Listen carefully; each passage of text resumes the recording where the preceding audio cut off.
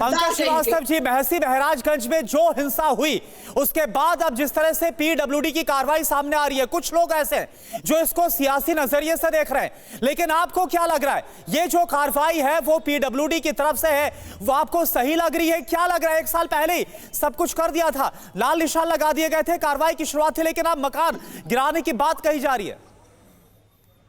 बहुत गंभीर प्रश्न है और मेरा ख्याल है कि हमें बहुत गंभीरता से सोचना चाहिए। अभी भारतीय जनता पार्टी की प्रवक्ता ने कहा कि चुन चुन के मारेंगे, और मैं बिल्कुल हतप्रभ हूं और मैं बहुत हैरान हूं। इस देश में सजा देने का काम अदालतों का है, उसकी एक प्रक्रिया है।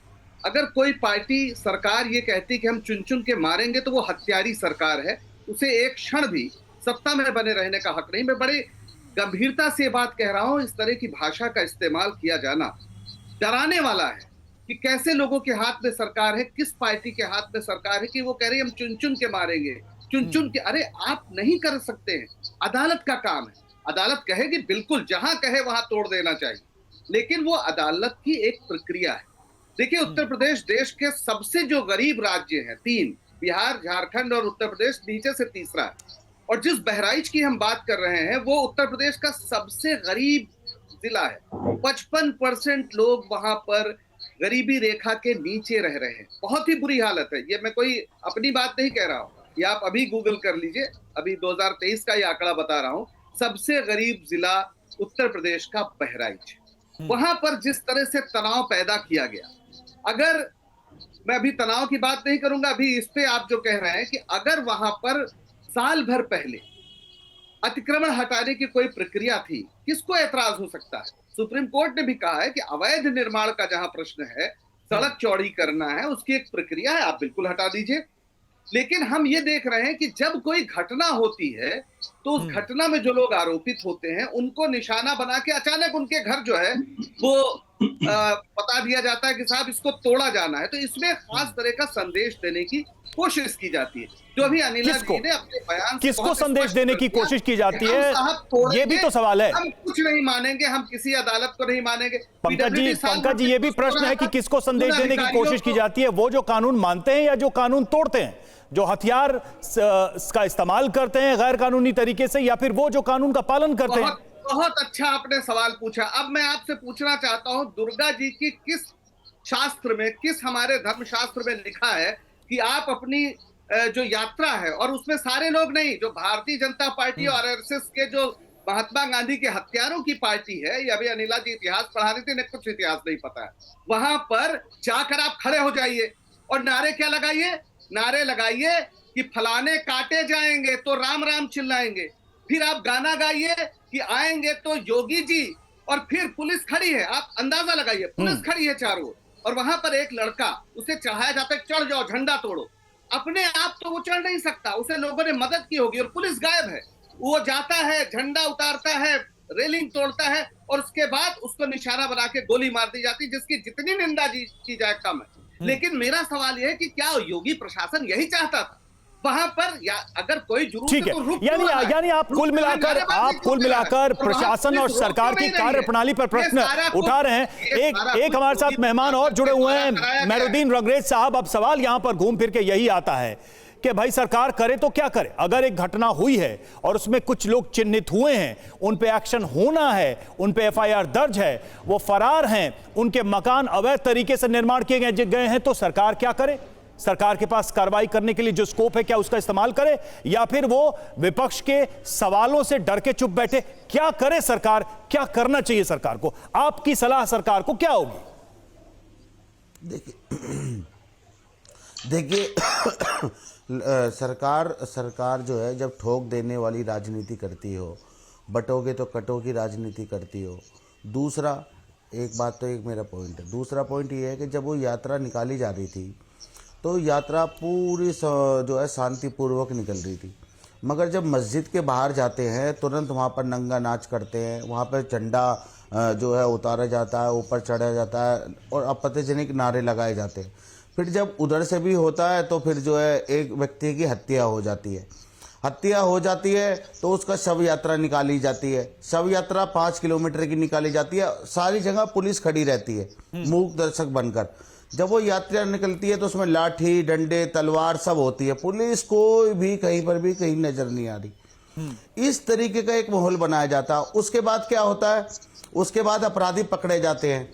जब अपराधी पकड़े गए, उनकी जांच हो गई, उनके पास कुछ नहीं है, फिर उनको मौके पे ले जाते हैं और मौके पे ले जाकर कहते हैं कि जी इन्होंने तो पुलिस के ऊपर फायर किया। फिर जो है उनके पैर में गोली मार दी जाती है। और एक दिन पहले उसी लड़के की बहन ने कहा, बाकायदा इंटरव्यू दिया, सारा सोशल मीडिया पे भी चला, कि मेरे भाई को कल से और मेरे पिताजी को 2 दिन से वो पुलिस ने जो है STF ने उठा रखा था। वो मैं कह रहा हूँ ये पैटर्न आप समझिए, इसमें जो है ये टूल किट कौन लोग बन रहे हैं, जो बच्चे नाबालिग हैं या अनपढ़ हैं, उन लोगों को बीजेपी और बजरंग दल और RSS के लोग उनको इस तरीके का माहौल, इस्लामोफोबिया से उनको इस तरीके से बताया जाता है कि सब चीजों के जिम्मेदार अगर कोई है तो वो मुसलमान है। वो ऐसी एक्टिविटी करते हैं, उसके बाद क्या माहौल बनता है। अब ये बताइए, जब सुप्रीम कोर्ट ने ये कहा कि किसी पर भी मकान पर बुलडोजर नहीं चलेगा जी, एक अपराध होता है, उसके 2 दिन बाद आप जो है अगर अवैध निर्माण हुआ तब भी, अगर अवैध निर्माण पाया गया तब भी।